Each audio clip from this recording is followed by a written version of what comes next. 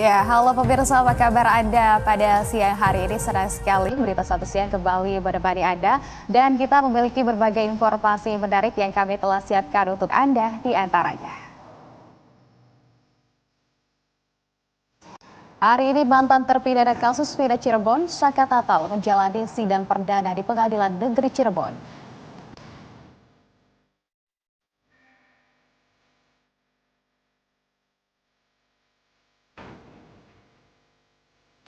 Viral di Kebumen, Jawa Tengah, seorang wali murid didatangi oknum anggota Ormas di rumahnya usai melaporkan dugaan pungutan liar di sekolah dasar sang anak.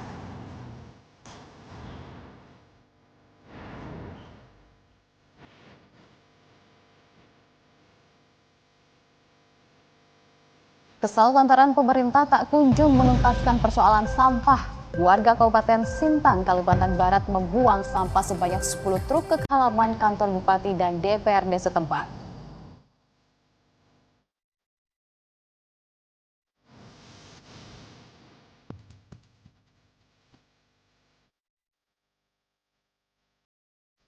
Selain berita utama tadi, tentunya juga ada berbagai informasi menarik lainnya termasuk dari mancanegara. Semuanya akan kami sajikan di sini selama 1 jam ke depan bersama saya Anissa Fauzia. Inilah Berita Satu Siang selengkapnya. BTV, televisi paling menghibur.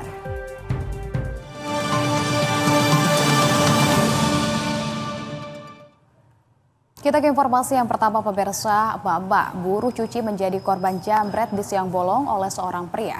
Pelaku dengan cepat mengambil uang korban yang disimpan dalam tas. Mirisnya, hasil jambret tersebut merupakan hasil jerih payah korban mencuci pakaian warga.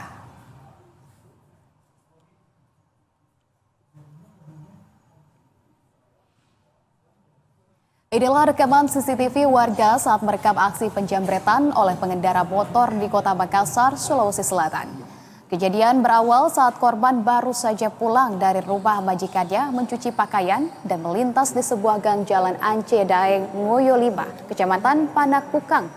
Tiba-tiba dari arah berlawanan didekati seorang pengendara motor yang langsung menarik dompet korban yang digenggam di tangan kirinya.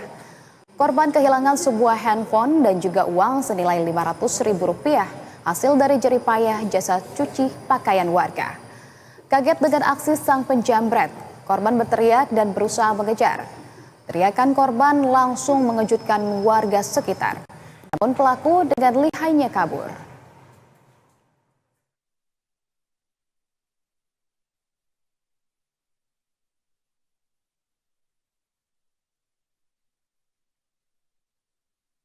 Jadi pulang mencuci Ki, biasa sering lewat sini daripada lewat jalanan kan. Iya. Lewat sini kan tembus rumah. Iya. Banyak ibu-ibu situ beli ada penjual sayur, ibu-ibu banyak beli. Lalu saya jalan itu kan, kita kalau jalan ada motor kan kita minggir. Dia tanpa mau dekati. Nah, setelah dia dekati, saya tanya, siapa kau? Saya kira orang yang saya kenal. Iya. Ternyata itu dompet langsung dirampas langsung. Ini sih sahabat maling. Kita tidak tahu Bu sebelumnya. Tidak tahu, sahabat. Ibu-ibu ngomong katanya itu motor parkirnya di belakang mobil putih itu. Informasi berikutnya, pemirsa, diduga lecehkan seorang gadis, 2 security perumahan di Kota Batam babak belur dikeroyok keluarga korban. Kasus dugaan pelecehan ini pun dilaporkan ke keluarga korban ke polisian. Inilah rekaman CCTV saat sekelompok warga mendatangi pos keamanan di perumahan Grand BSI Kota Batam. Dari rekaman CCTV, warga yang merupakan satu keluarga melabrak 2 security perumahan yang diduga telah melecehkan salah satu anggota keluarganya. Cekcok mulut pun tidak terhindarkan dan berujung pada pengeroyokan kedua security perumahan. Kedua security pun babak belur setelah dianiaya keluarga terduga korban pelecehan. Tak puas mengeroyok terduga pelaku, korban dan keluarga melaporkan kasus dugaan pelecehan ini pada polisi. Namun tak hanya keluarga terduga korban, kedua security yang menjadi korban penganiayaan juga membuat laporan ke polisi dengan melampirkan bukti rekaman CCTV. Kini kasus dugaan pelecehan dan penganiayaan ini ditangani oleh jajaran Polsek Batam Kota. Dari swalayan masuk ke perumahan di mana dia tinggal. Akan tetapi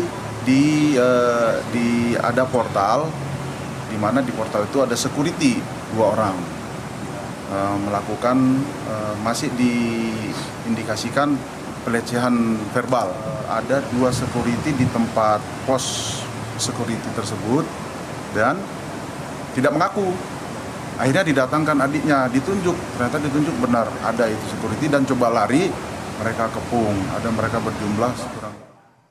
Informasi berikutnya pemirsa, tim gabungan Satres Narkoba Polrestabes Palembang bersama dengan Ditres Narkoba Polda Sumatera Selatan menggerebek kawasan Kelurahan 36 Ilir, Palembang.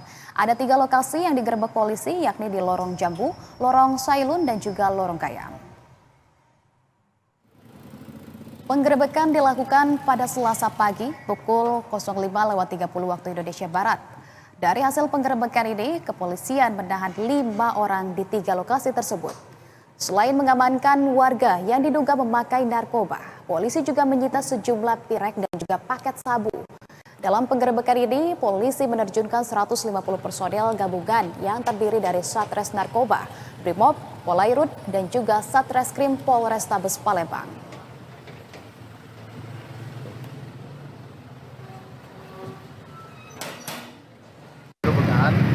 Kita ada beberapa mengamankan untuk dilakukan tes urin karena ada yang kedapatan pirek maupun paket tahe di depan pagarnya. Jadi yang di dalam rumahnya kita akan laksanakan. Setelah itu pemirsa, Bareskrim Polri membongkar tindak pidana perdagangan orang dengan modus bekerja di luar negeri.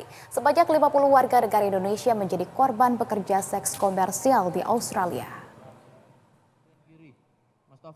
Dalam keterangan persnya pada Selasa kemarin, Direktur Tindak Pidana Umum Bareskrim Polri, pengungkapan tindak pidana perdagangan orang atau TPPO ini merupakan bentuk kerjasama dengan Australian Federal Police. Operasi ini dinamakan Operation Mirani. Bareskrim Polri membongkar modus membawa warga negara Indonesia ke Australia dengan tujuan untuk dijadikan pekerja seks komersial. Polisi juga menangkap tersangka berinisial FLA, berusia 36 tahun yang berperan sebagai perekrut WNI. FLA yang ditangkap oleh Bareskrim di Kalideres, Jakarta Barat. Dari pengakuan tersangka bahwa jaringan ini sudah terbentuk dari 2019 lalu.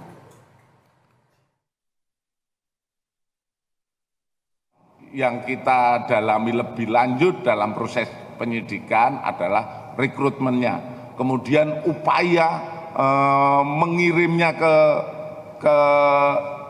Australia untuk mendapatkan visa dan lain sebagainya. Tentu saja ada prosedur-prosedur yang tadi kami sampaikan, ada memalsukan jumlah rekening dan lain sebagainya, sehingga dari sini kita sudah bisa mengetahui modus ataupun niatnya pengiriman ke sana. Disinilah letak sebuah pelanggaran yang dilaksanakan oleh pelaku di sini. Kemudian dari beberapa orang yang sudah pulang. Selanjutnya pemirsa, anggota polisi di Jember, Jawa Timur jadi korban pengeroyokan oleh sejumlah pendekar silat. Puluhan orang berhasil diamankan, 3 diantaranya masih di bawah umur. Anggota Polsek Kaliwates Jember, Jawa Timur babak belur usai dikeroyok oleh puluhan anggota perguruan silat Persaudaraan Setia Hati Terate PSHT Senin dini hari. Terdapat 5 anggota Polsek Kaliwates yang menjadi korban. Namun yang mengalami luka parah 1 orang yakni Aibda Parmanto Indrajaya, sementara 4 anggota lainnya mengalami luka ringan.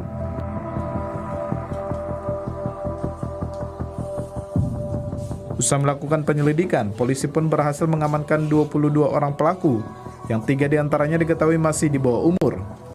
Bahwa 2 orang terduga pelaku ini memang diserahkan oleh pengurus dari perguruan S1 Trate. Namun demikian, sisanya sebanyak 20 orang kami lakukan upaya paksa, yaitu penangkapan. Kami jemput di masing-masing rumah dari para pelaku. Hingga kini polisi masih melakukan pemeriksaan terhadap puluhan orang yang diamankan untuk mengetahui peran masing-masing pada kasus pengeroyokan ini. Diketahui peristiwa pengeroyokan ini bermula saat anggota dari Polsek Kaliwates sedang memberikan peringatan terhadap peserta konvoi karena mereka melakukan blokade jalan. Namun tiba-tiba segerombolan perguruan silat itu malah menyerang petugas. Hisyam Nugroho, Jember, Jawa Timur. Berikutnya pemirsa, anggota Polsek Kaliwates Jember, Jawa Timur babak belur usai dikeroyok oleh puluhan anggota perguruan silat. Dan pemirsa, pada Senin dini hari terdapat 5 anggota Polsek Kaliwates yang menjadi korban, adapun yang mengalami luka parah 1 orang.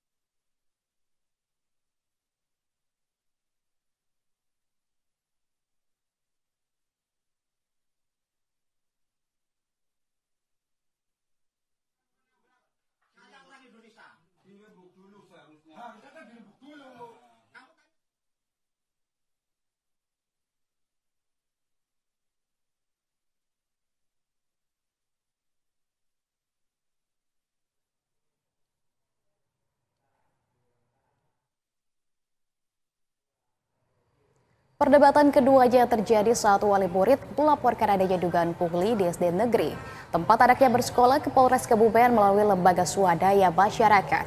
Wali murid itu melaporkan dugaan pungli ke Polres Kebumen lantaran keberatan karena ada iuran di sekolah itu. Usai melapor, rumahnya didatangi oleh Supodo, kepala desa Meganti sekaligus ketua organisasi masyarakat beratribut Pemuda Pancasila. Supodo mengatakan jika wali murid keberatan dengan adanya iuran sekolah, seharusnya dibicarakan tanpa harus membawa ke ranah kepolisian. Situasi semakin memanas ketika Supodo mengancam pria tersebut untuk pergi dari rumah yang ditempatinya jika tidak mencabut laporan dugaan pungli itu. Terkait dugaan intimidasi, pengancaman, atau pemaksaan seperti yang terlihat atau terdengar dalam video yang telah beredar bahwa Satreskrim Polres Kebumen melakukan pemanggilan atau klarifikasi dan pemeriksaan terhadap pihak-pihak yang terlibat di dalam video tersebut. Yang kedua, terkait laporan dugaan pungli yang dilaporkan oleh LSM yang ada dalam video tersebut, Satreskrim Polres Kebumen khususnya unit Tipikor telah menerima laporan dugaan pungli dan melakukan upaya-upaya penyelidikan, pemeriksaan, dan permintaan dokumen kepada pihak-pihak yang terkait. Kita ke peristiwa lain, pemirsa. Kebakaran hebat melanda gudang pabrik pengolahan karton di Desa Sumberrejo, Kecamatan Gempol, Pasuruan. Banyaknya bahan yang mudah terbakar di lokasi membuat proses pemadaman terkendala.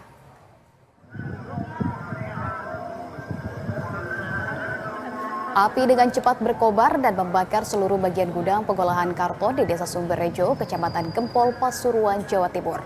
Banyaknya bahan yang mudah terbakar berada dalam gudang, membuat api cepat membesar dan membakar seluruh isi gudang. Bahkan api merembet ke bagian gudang lainnya, sehingga petugas kesulitan memadamkan api. Belasan unit mobil pemadam kebakaran diterjunkan untuk memadamkan kebakaran. Beruntung saat kebakaran tidak ada proses produksi dan karyawan yang bekerja, sehingga tidak ada korban jiwa dalam kebakaran ini. Penyebab kebakaran masih didalami petugas, sementara kerugian yang timbul akibat kebakaran ini ditaksir mencapai miliaran rupiah.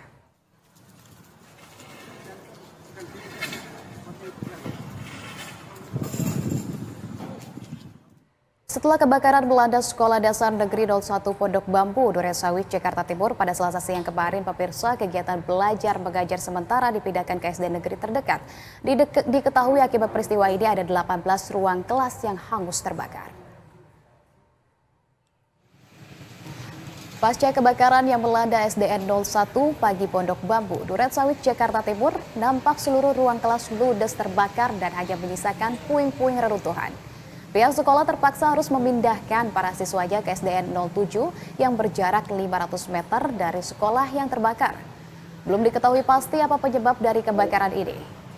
Pada Selasa siang kemarin, pemirsa, api yang disertai dengan asap tebal membumbung tinggi dan membakar sedikitnya ada 18 ruangan sekolah.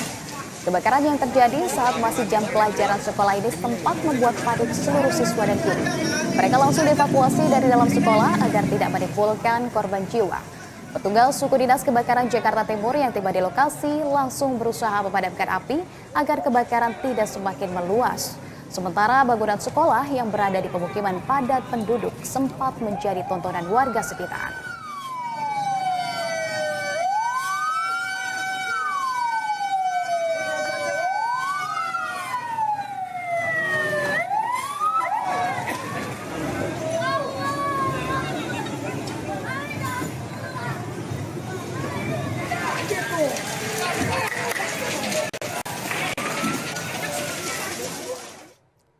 Dan pemirsa, untuk mengetahui kondisi pasca kebakaran yang melanda SDN 01 pagi Duren Sawit, Jakarta Timur, kita telah terhubung dengan jurnalis BTV ada Hidayat Azril di sana.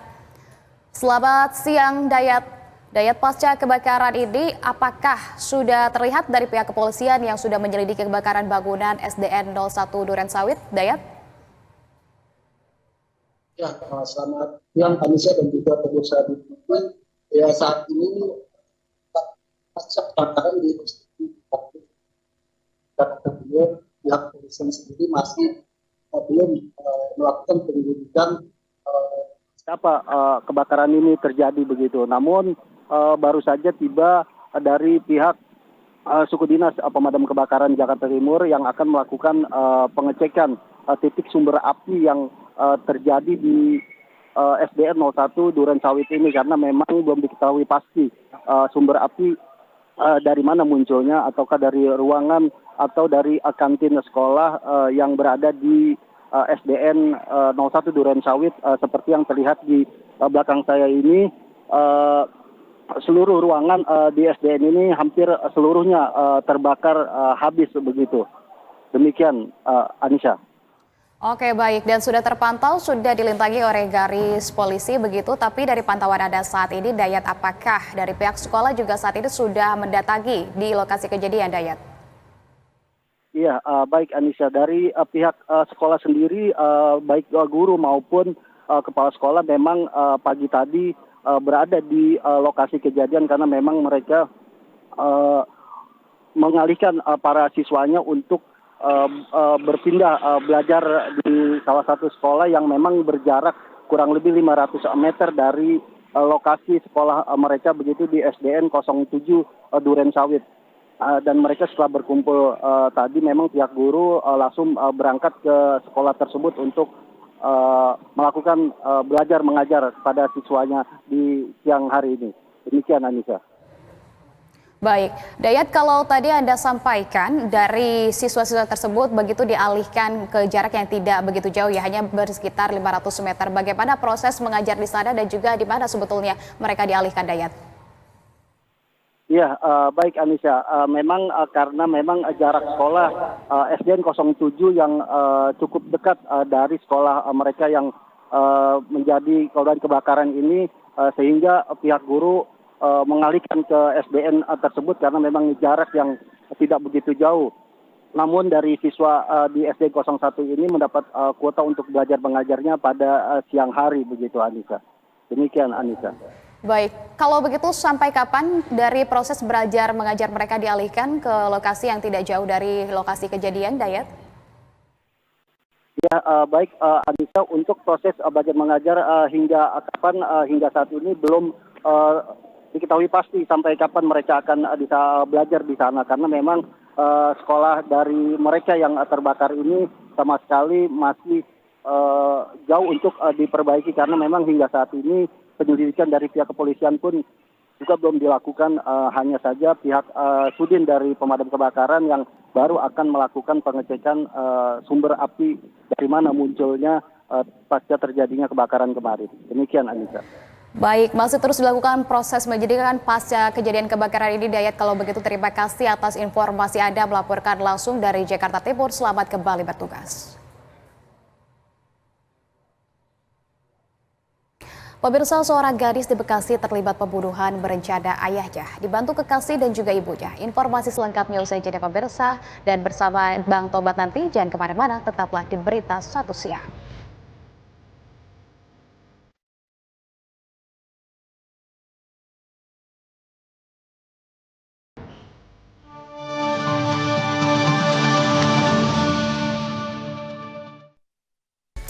Ayo, scan kanal dan nikmati program hiburan tanpa batas secara gratis. Deretan program menarik siap menginspirasi dan merubah duniamu. Hanya di BTV, televisi paling menghibur. Itu komen-komen udah pada benci banget sama Rani. Separah ini ya Rani, dan ternyata emang aslinya bahkan kan juga lebih parah. Mas Aris tipe cowok yang 1, 2, 3. Bang Aris itu siapa sih? Trik dong, gunakan trik. Untuk bisa tahu. Hanya di BTV, televisi paling menghibur. Kepercayaan investor terhadap ketahanan perekonomian Indonesia ini cukup baik. Indonesia 5,1 di tahun 2025. Untuk keperluan ekspor akan tetap berjalan sebagaimana mestinya. Kemungkinan bisa saja menaikkan kalau harga minyak ke depan masih kecenderungan naik. Saksikan Investor Market Today setiap Senin sampai Jumat jam 12 siang hanya di IDTV. Informasi terkini dan terupdate yang sedang viral. Yeay, apa kabar besi-besi semua di rumah? Seneng banget deh besi berita viral bisa nemuin kalian lagi hari ini. Dibawakan secara lepas dan informatif untuk kalian yang ingin berwawasan luas. Ikuti berita viral.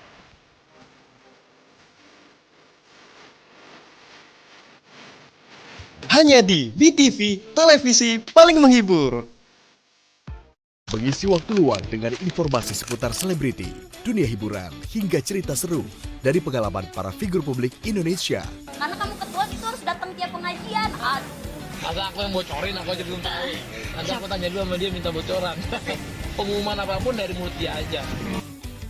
Dibahas dengan ringan dan lengkap lewat cuplikan video dari para figur publik.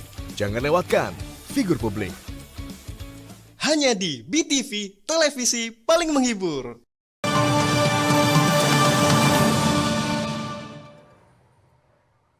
Terima kasih Anda masih menyaksikan berita Satu Siang. Pemirsa, diduga lantaran cemburu, seorang wanita asal Cisarua kritis akibat dianiaya kekasihnya. Pria ini dengan tega menganiaya kekasihnya sendiri di ruas Jalan Raya Puncak Kabupaten Bogor, Jawa Barat. Pelaku terbakar api cemburu karena mengetahui korban dekat dengan laki-laki lain. Tanpa pikir panjang, pria ini menghajar kekasihnya hingga luka parah. Warga yang melihat kejadian ini langsung mengamankan pelaku untuk diserahkan kepada pihak kepolisian.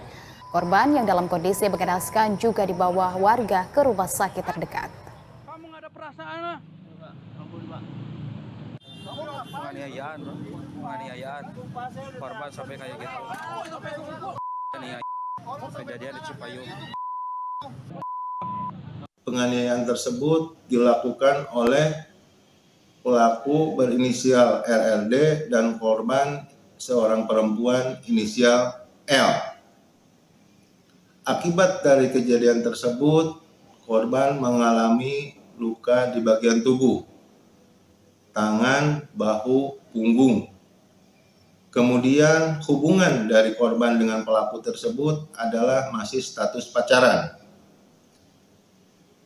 Kejadian tersebut mengakibatkan luka, kemudian Berikutnya pemirsa, hanya karena hubungan asmaranya tidak direstui, seorang gadis di Bekasi terlibat pembunuhan berencana ayahnya yang dibantu kasih dan ibunya. Kekasih sang anak juga menggunakan identitas korban untuk melakukan pinjaman online. Kasus ini akan dikupas oleh Bang Tobat berikut ini.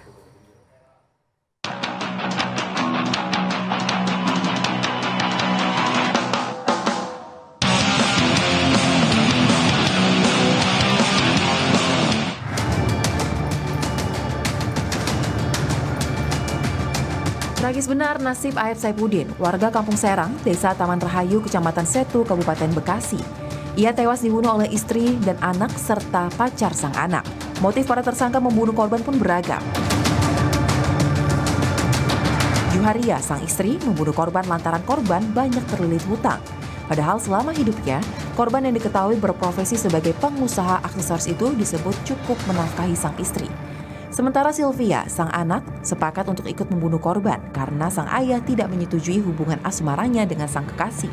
Kekasih dari anak korban bernama Hagisto juga ikut menjadi eksekutor pembunuhan.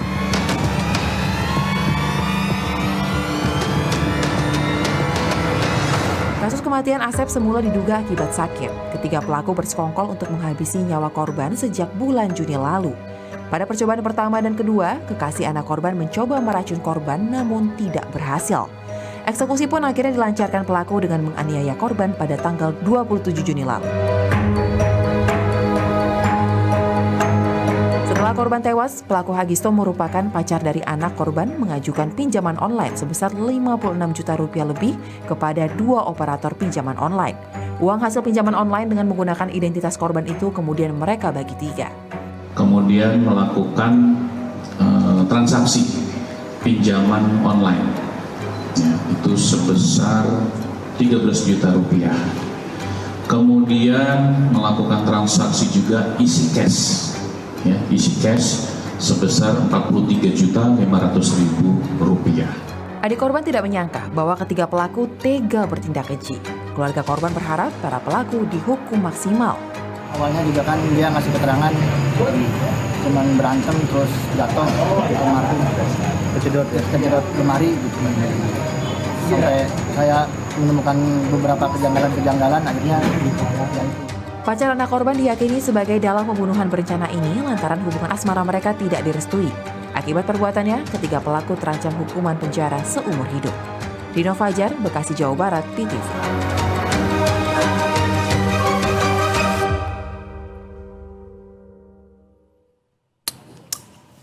Aduh, makin gila ini dunia. Ayah dibunuh oleh istri, anak, dan pacar si anak. Katanya, para pelaku ini dendam kali dengan korban. Jahatnya lagi, setelah korban dibunuh, identitasnya digunakan buat ambil pinjaman online. Panjang juga akal pelaku ini. Nggak habis pikir aku. Kayak mana kehidupan keluarga ini ya? Agak lain soalnya. Udah kayak di film Thailand yang baru ku tengok semalam, yang bunuh-bunuh satu keluarga kayak gitu, perencana kayak gitu. Aku coba cari tahu lah dulu sama kawanku di Bekasi sana. Ada si Rino Setiawan di sana. Dia kebetulan dekat dengan rumahnya itu, dengan rumah rumah korban. Aku coba telepon dia dulu ya. Kita cari tahu nih, kayak mana keluarga ini. Agak kayak gitu kali ya. Coba telepon. Bismillahirrahmanirrahim. Aduh, gara-gara nggak direstui pula ya kan, main bunuh-bunuh.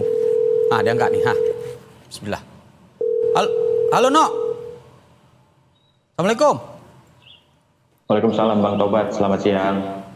Nok, apa kabar kau? Sehat kau? Kabar baik Bang Tobat. Kau di mana ini?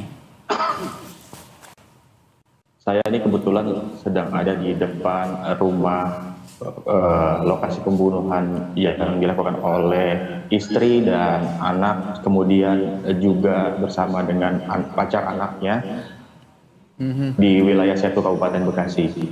Nah, kayak mana sebenarnya ceritanya pertama kasus ini terungkap? Bang, kasus ini memang terjadi, pembunuhan ini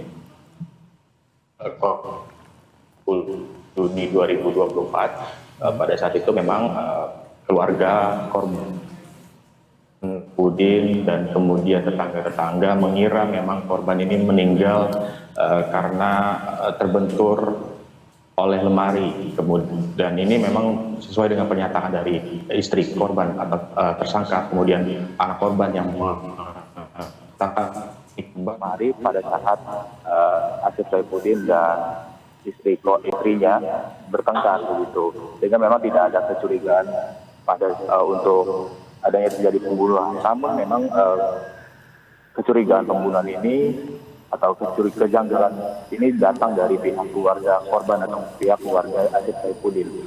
Melalui keterangannya, adiknya Asep Saifuddin, Wahyudi ini mengaku memang pada saat tanggal 27 Juni 2024 ini sempat menerima telepon dari pinjaman online untuk menanyakan hutang yang dilakukan oleh korban pada. Namun memang kejanggalan karena memang pinjaman online ini ditarik pada atau dikaitkan pada tanggal 27 di mana bertepatan pada meninggalnya korban. Ini kejanggalan yang muncul pertama oleh pihak keluarga korban dan disambung dengan tubuh korban begitu mengalami lebam di sejumlah titik tubuh korban. Sehingga memang kejanggalan-kejanggalan ini dibawa oleh pihak korban atau pihak keluarga korban untuk laporan ke Polsek Setu. Begitu Bang Tebak. Jadi memang terungkap gara-gara pinjaman online yang kemudian terjadi setelah dia udah meninggal gitu ya. Nah, sebenarnya kabarnya dia ini juga pengusaha aksesoris. Dan ku dengar istrinya bilang dia banyak utang dan nggak mencukup menafkahi istrinya. Apa betul itu ceritanya dari warga-warga di situ?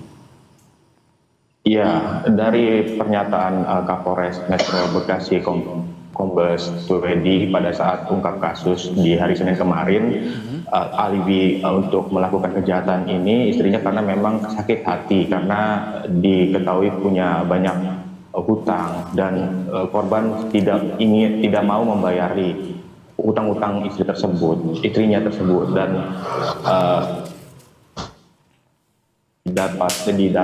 datang dari anak dan pacarnya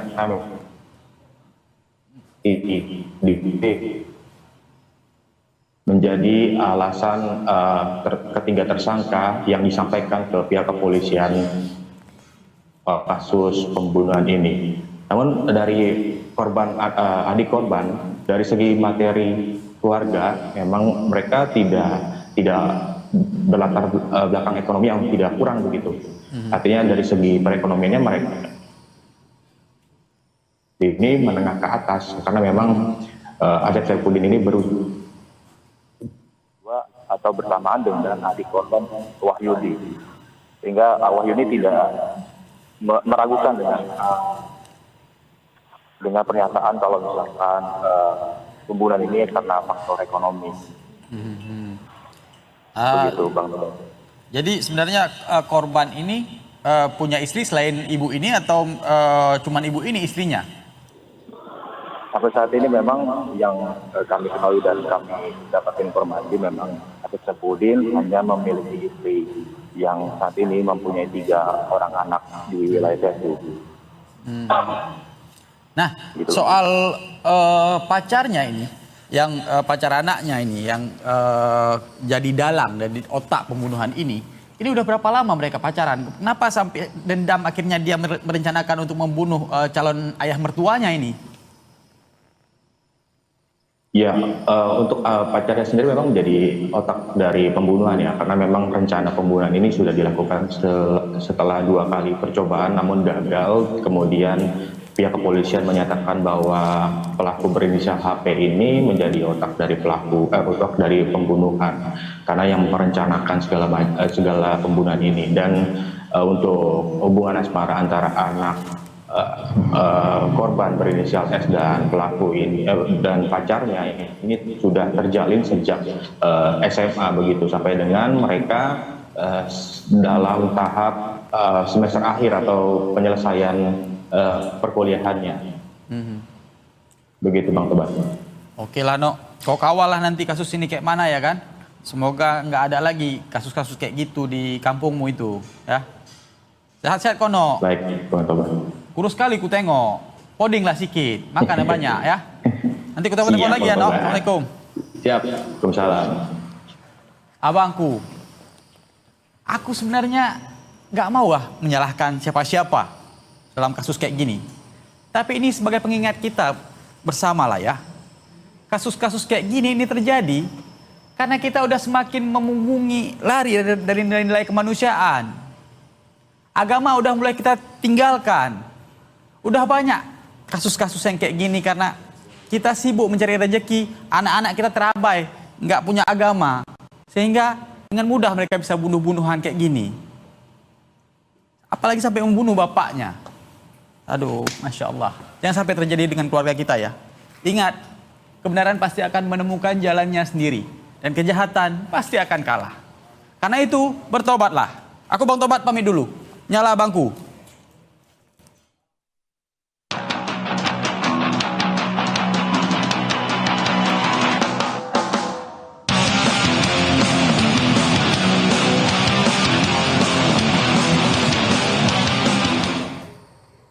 Ya, kita beralih ke informasi lain, pemirsa. IMF belum lama mengeluarkan rilis data tingkat pengangguran di negara-negara ASEAN. Dari daftar tersebut, Indonesia menjadi negara dengan tingkat pengangguran tertinggi.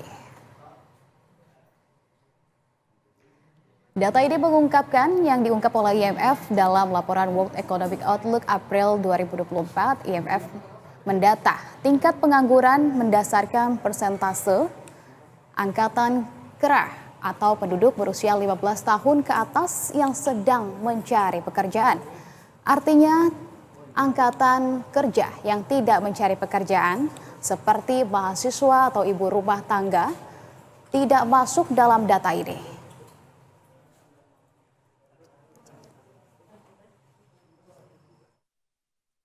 Di sisi lain, meski di tingkat ASEAN, angka pengangguran di Indonesia tertinggi.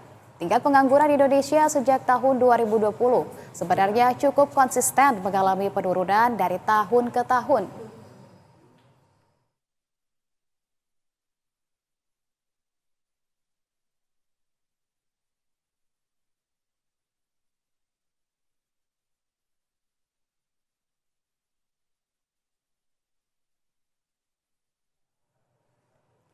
Dan pemirsa, untuk membahas terkait kenapa tingkat pengangguran di Indonesia masih tinggi, kita tanyakan langsung kepada Rifki, Human Research Expert di sana. Halo, selamat siang Mas Rifki. Selamat siang. Ya, Mas Rifki, ini yang pertama mungkin kita ingin sekali mengetahui terkait dengan yang sudah tadi kita jabarkan bahwa angka pengangguran turun dari tahun ke tahun, terutama di tahun 2020 di Indonesia ya.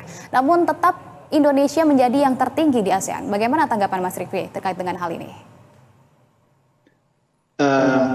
Kalau saya sih melihat ini sebagai imbas dari belum meratanya pembangunan di Indonesia ya Mbak ya. Sehingga jumlah lapangan pekerjaan yang tercipta itu belum cukup besar untuk bisa menyerap jumlah tenaga kerja yang ada di Indonesia. Karena ini bisa kita pahami kalau kita melihat bahwa kalau dibandingkan dengan negara lain di ASEAN ya, jumlah penduduk kita paling besar. Begitu juga dengan luasan geografis negara kita. Dan yang membuat tantangan ini semakin unik adalah kondisi geografis kita yang terdiri dari ribuan pulau itu tentu tidak mudah untuk pemerintah memeratakan pembangunan dan menstimulasi munculnya industri yang cukup banyak untuk dapat menyerap tenaga kerja yang ada di Indonesia. Jadi memang PR pemerintah masih banyak untuk bisa meratakan pembangunan supaya menstimulasi munculnya industri di berbagai daerah yang nantinya bisa menyerap tenaga kerja. Kurang lebih begitu, Mbak. Baik, artinya ini adalah merupakan dari penyerapan tenaga kerja yang masih kurang begitu di Indonesia. Tapi apa sebenarnya tantangan dari pekerjaan saat ini? Apakah dari sisi tempat bekerja yang tadi Anda sampaikan atau justru dari individunya juga ada keterkaitannya di sana, Mas Rifki? Betul, kalau saya melihatnya ada tantangan dari kedua belah pihak ya, ditambah juga dari sisi pemerintah. Tantangan yang pertama, yang paling besar sih sebenarnya terkait dengan kesesuaian kompetensi yang dibutuhkan. Kesesuaiannya artinya punya dan sesuai standar gitu ya. Seringkali orang mengklaim punya kompetensi tapi tidak ada alat uji untuk menentukan bahwa kompetensi sesuai standar. Jadi ini adalah tantangan terbesar. Nah, tantangan ini kalau kita lihat dari sisi pemberi kerja tentu seberapa mau mereka menerima kondisi ini. Artinya kalau mereka menerima, mereka harus memberikan pelatihan untuk meningkatkan dan menstandarisasi kompetensi pekerja ya. Sementara di sisi pihak pekerja sendiri, seberapa mau pihak pekerja untuk meningkatkan kompetensinya secara mandiri dan melakukan standarisasi tersebut. Tentu tantangan ini perlu diakomodir oleh pihak pemerintah untuk bisa memfasilitasi peningkatan dan standarisasi yang sebenarnya kita lihat pemerintah sendiri sudah mengeluarkan berbagai macam program sertifikasi profesi untuk menutup gap kompetensi ini ya. Baik, melalui program sertifikasi kemudian juga pelatihan yang kemudian ini sepertinya dapat mencangkup dari akses tersebut. Tapi kalau kita berbicara juga terkait dengan pengangguran, Mas Rifki, tak terlepas juga dengan fenomena resign ya dan juga PHK. Apakah ini juga berpengaruh signifikan begitu? Atau biasanya malah orang yang sudah bekerja ini malah lebih cepat lagi untuk mendapatkan pekerjaan pengganti? Menurut Mas Rifki bagaimana? Iya, ini menarik nih Mbak Kartika. Pasti ada kontribusinya, cuman seberapa besar saya perlu lihat ya. Jadi fenomena layoff yang kita lihat, terutama di dunia startup, pasti ikut berkontribusi terhadap kenaikan jumlah pengangguran. Nah, namun uniknya dari yang saya amati ada para orang pencari kerja yang terkena layoff ini, mereka karena sudah terbiasa dengan program work-life balance yang mereka dapatkan di perusahaan sebelumnya, mereka memilih untuk tidak mengambil tawaran kalau tidak memberikan work-life balance yang dicari. Gitu. Jadi memang ada sebuah fenomena unik yang saya lihat ya, di belakangan ini. Gitu. Mereka lebih memilih nganggur bahkan sampai berbulan-bulan dan bisa lebih dari 1 tahun karena tadi yang ditawarkan tidak memberikan work-life balance yang mereka cari. Menarik ya Mas Rifki. Jadi bagaimana nih kira-kira? Mungkin boleh dong dikasih tips dan juga mungkin buat dari para pekerja yang akan menghadapi tantangan yang sudah tadi disampaikan oleh Mas Rifki seperti saat ini harus bagaimana nih mereka? Baik, kalau dari saya mungkin ada 2 hal yang perlu ditumbuhkan. Yang pertama, growth mindset, artinya para pencari kerja harus terus berinisiatif gitu ya, mencari cara untuk meningkatkan kompetensinya, karena sebenarnya kalau mau dicari itu ada sangat banyak sekali program-program yang bisa kita ikuti secara gratis gitu ya, online untuk kita bisa meningkatkan kompetensi. Kemudian juga harus fleksibel juga ya Mbak, artinya kalau buat yang belum punya pengalaman mungkin mereka harus fleksibel ikut program magang demi mencari pengalaman gitu ya, bukan mencari tambahan pemasukan gitu ya. Ya syukur-syukur kalau dapat tambahan pemasukan. Kemudian juga fleksibilitas ini juga perlu ditumbuhkan buat teman-teman yang tadi ya yang mencari work-life balance, karena ya pada akhirnya masalah ini tergantung prioritas hidup aja sih, kita mau mempertahankan idealisme mencari work-life balance atau kita mau menerima kenyataan bahwa nggak semua perusahaan menyediakan apa yang kita mau. Gitu sih Mbak. Oke baik, ternyata peluang pekerjaan sebetulnya terbuka tergantung dengan growth mindset-nya tadi ya yang disebutkan oleh Mas Rifki. Kalau begitu terima kasih atas informasi dan juga waktunya Mas Rifki, terima kasih, selamat kembali beraktivitas. Terima kasih Mbak Tika, selamat siang. Pemirsa, kita ke informasi lain. Usai menghebohkan publik atas pernyataannya telah memberikan kesaksian palsu, Dede seorang saksi kunci pembunuhan Vina yang tadi datangi LPSK untuk meminta perlindungan. Dengan didampingi kuasa hukumnya, Dede Riswanto, saksi kunci kasus pembunuhan Vina, mendatangi kantor Lembaga Perlindungan Saksi dan Korban. Tujuan Dede datang ke LPSK untuk meminta perlindungan usai berkata jujur di hadapan publik karena telah memberikan keterangan palsu pada kasus pembunuhan Vina. Kuasa hukum Dede menyebut pengakuan baru dari kliennya ini merupakan fakta atas peristiwa yang dialaminya pada 2016 silam. SOP mereka katanya 30 hari kerja maksimum ya, bahkan mereka akan lebih cepat, kalau bisa lebih cepat kalau itu dalam keadaan darurat gitu kan. Kalau misalnya kita lihat keancaman itu nyata dan sudah mulai mengganggu atau keamanan para klien kami dan saksi yang menyatakan itu nyata, ya tentu kami akan minta untuk segera dilakukan perlindungan darurat begitu. Sementara itu menanggapi permintaan perlindungan yang dilayangkan oleh Dede, pihak LPSK menyebut akan mengkajinya dan melihat apakah ada ancaman yang sudah diterima oleh Dede Riswanto sebagai saksi kunci pada kasus pembunuhan Vina. Kebutuhannya sampai sejauh mana gitu kan. Kalau tadi kan kami coba tanyakan berkait dengan adanya ancaman dan tingkat ancaman seberapa tinggi, ya Dede bilang belum ada gitu. Jadi posisinya ya permintaannya Dede tersebut juga masih harus kami telaah lagi gitu.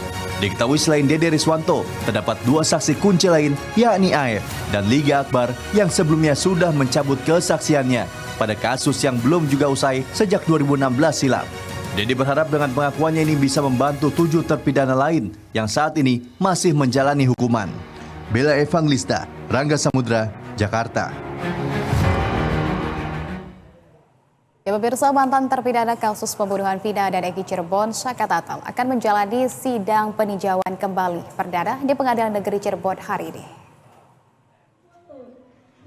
Saka Tatal tiba di Pengadilan Negeri Cirebon, Jawa Barat sekitar pukul 10:30 siang untuk menjalani sidang perdana peninjauan kembali di ruang sidang Cakra. Dalam sidang PK ini, Saka Tatal menjadi pihak pemohon, sedangkan pihak termohon adalah Kejaksaan Negeri Kota Cirebon.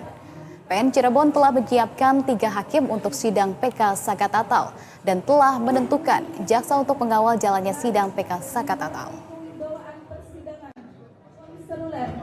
Dalam selama persidangan berlangsung di luar ruangan sidang yang dapat mengganggu jalannya persidangan, mengeluarkan ucapan dan atau sikap yang menunjukkan dukungan atau keberatan atas keterangan.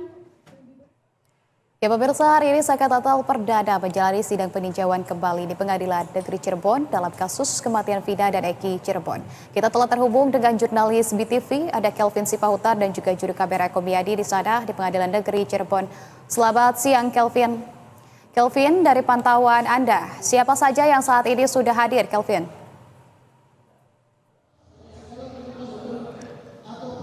Ya, baik Anissa, untuk sidang Saka Tatal, sidang PK perdananya ini memang sejatinya dimulai pukul 10 pagi waktu Indonesia Barat, namun sidang ini molor dan baru dimulai karena tadi Saka Tatal beserta kuasa hukumnya baru tiba sekitar pukul 10.30 waktu Indonesia Barat. Selain juga kubu dari kuasa hukum Saka Tatal, tadi juga kami lihat ada beberapa pihak yang hadir dalam sidang PK perdana Saka Tatal hari ini di PN Cirebon. Di antaranya juga ada LPSK dan tadi yang unik ada tim kuasa hukum dari mantan tersangka di kasus Vina dan Eki, yakni Peggy Setiawan. Tim kuasa hukum Peggy Setiawan juga hadir, salah satunya tadi adalah Tony RM kalau kami coba pantau Anissa. Sebelum sidang, menjelang sidang, dari Saka Tatal ini sempat memberikan keterangan kepada awak media di mana Saka Tatal ini mengharapkan dari adanya sidang PK ini akan membuat putusan PK ini nantinya akan membuat dari putusan ini dapat mengoreksi putusan pengadilan dari PN Cirebon sebelumnya yang memvonis Saka Tatal bersalah atas kasus pembunuhan Vina dan Eki pada tahun 2016 silam.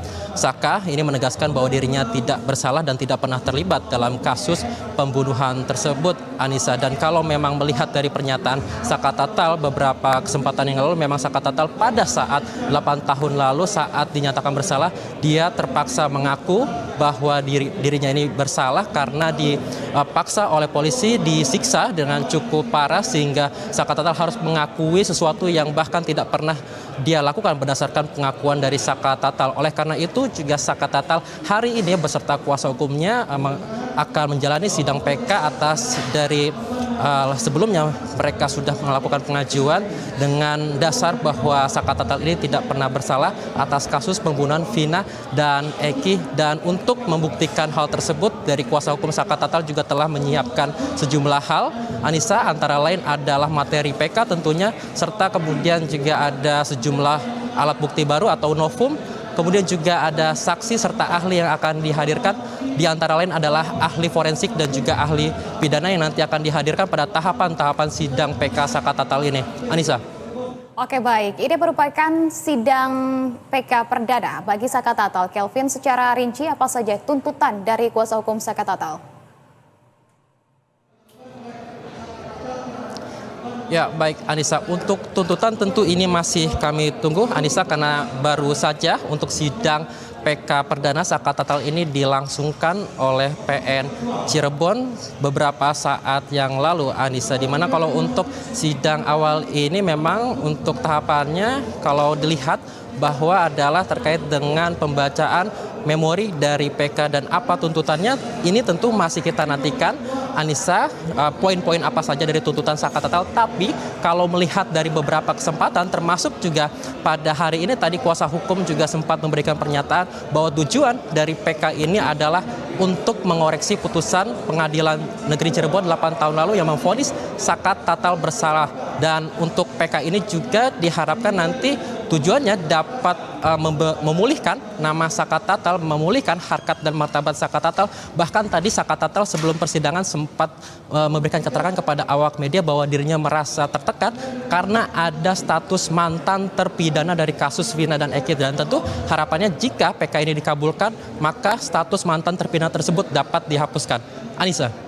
Oke, baik. Kalau begitu kita nantikan juga dan kita update kembali bagaimana proses dan juga hasil dari sidang PK Perdana Sakat Tatal di Cirebon, Jawa Barat. Terima kasih atas laporan Anda, Kelvin Sipautar. Selamat kembali bertugas.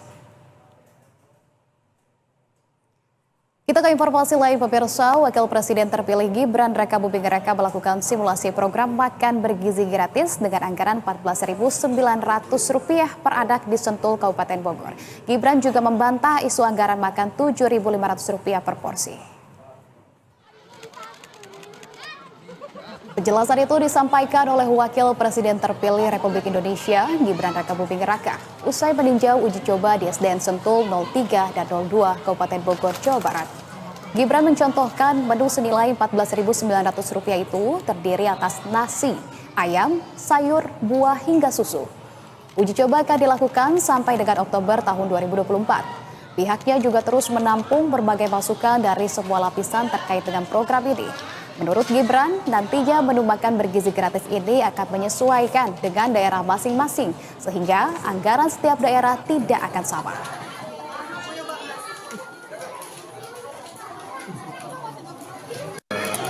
Untuk menu hari ini ya, kosnya itu 14.900. Sudah termasuk ayam, nasi, sayur, buah-buahan sama susu. Jadi menunya lengkap sekali, dan ini juga sekaligus mengklarifikasi statement beberapa orang ya bahwa anggarannya akan dipotong sampai 7.500 itu tidak benar. Jadi kalau untuk anak-anak kita, untuk para generasi penerus, kita tidak boleh pelit. Jadi hari ini 14.900. Kabar duka pemirsa, Wakil Presiden ke-9 Republik Indonesia Hamzah Haz meninggal dunia pada pagi ini. Hamzah Haz meninggal pada usia 84 tahun.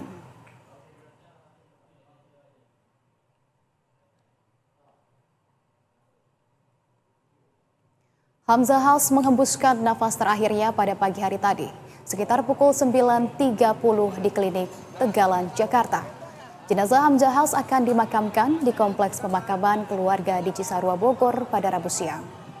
Hamzah Haz diketahui sempat menjabat Wapres mendampingi Presiden Republik Indonesia ke-5 Megawati Soekarno Putri pada periode 2001 hingga 2004. Hamzah Haz juga pernah menjabat sebagai Menteri Investasi pada era Presiden B.J. Habibie dan Wakil Ketua DPR RI serta Menko Kesra era Presiden Abdurrahman Wahid.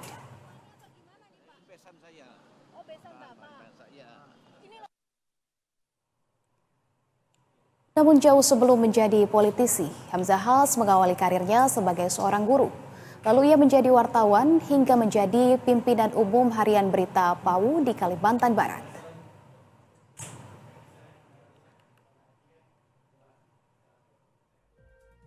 Pemirsa, selanjutnya warga Kabupaten Siantang, Kalimantan Barat membuang sampah sebanyak 10 truk ke halaman kantor Bupati dan DPRD setempat. Informasi selengkapnya usai jeda, tetaplah di Berita 1 Siang.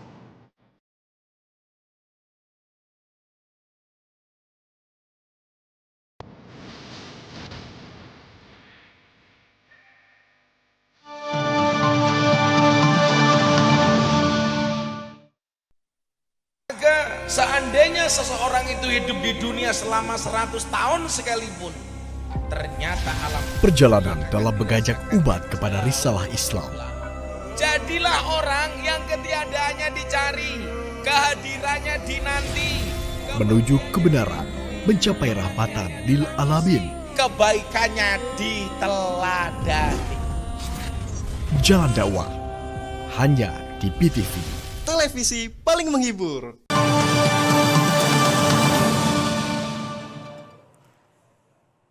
Terima kasih Anda masih bersama kami, pemirsa. Warga Kabupaten Sintang, Kalimantan Barat membuang sampah sebanyak 10 truk ke halaman kantor Bupati dan DPRD setempat. Hal ini dilakukan lantaran warga kesal pemerintah tak kunjung menuntaskan persoalan sampah.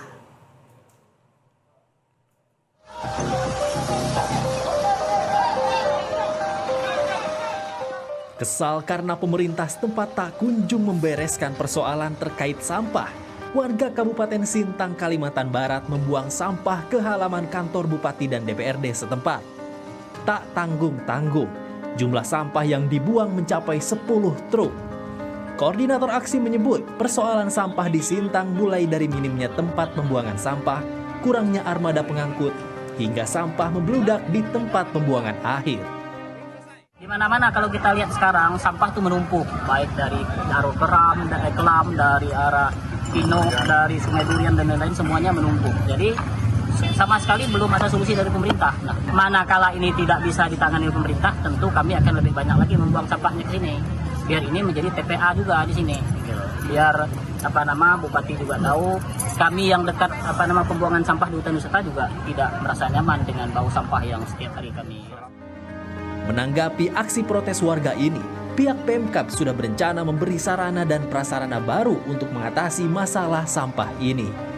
Pemkab juga akan segera berkoordinasi dengan dinas terkait guna menyelesaikan permasalahan ini. Andriadi Perdana Putra, Kabupaten Sintang, Kalimantan Barat. Informasi berikutnya, pemirsa, kondisi menyedihkan dialami sejumlah warga di Sukabumi, Jawa Barat. Ya, pada warga harus menyeberangi sungai menggunakan jembatan yang kondisinya sudah sangat mengkhawatirkan.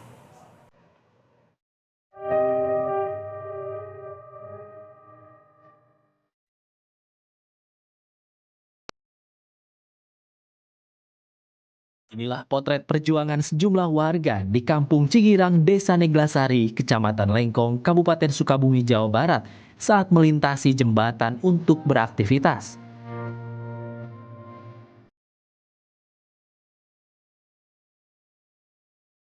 Para warga, termasuk anak SD dan guru, harus bertaruh nyawa melintasi jembatan yang sudah rusak. Kondisi jembatan ini sudah miring usai diterjang banjir pada akhir Juni lalu.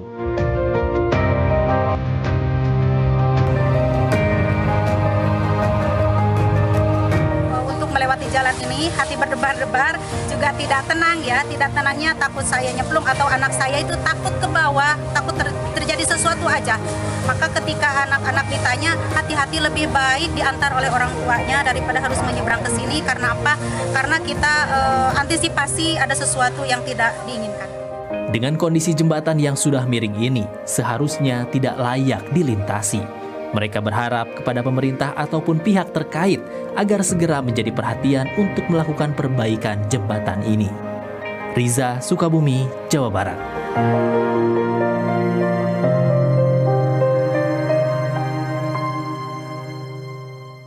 Kita ke informasi lain, pemirsa. Jelang dilantik sebagai Wakil Presiden Oktober mendatang, Gibran Rakabuming Raka mengunjungi kantor media Biodiverse PIK 2 Tangerang. Gibran disambut langsung oleh Eksekutif Chairman Biodiverse Enggarti Astolukita. Hadir dengan penampilan bersahaja, Gibran Rakabuming Raka menyapa para karyawan Biodiverse yang tengah beraktivitas. Kunjungan ini jadi bentuk silaturahmi sekaligus perkenalan santai Gibran dengan awak media khususnya dari Biodiverse yaitu BTV, IDTV, atau Investor Daily TV, Berita1.com, dan juga Jakarta Gold. Gibran akan dilantik menjadi Wakil Presiden Republik Indonesia pada Oktober mendatang. Kedatangan Gibran pun turut disambut antusias karyawan Biodiverse di head office kawasan Tokyo Hub Pantai Indah Kapuk 2. Seperti diketahui, kawasan PIK 2 telah ditetapkan pemerintah sebagai salah satu proyek strategis nasional.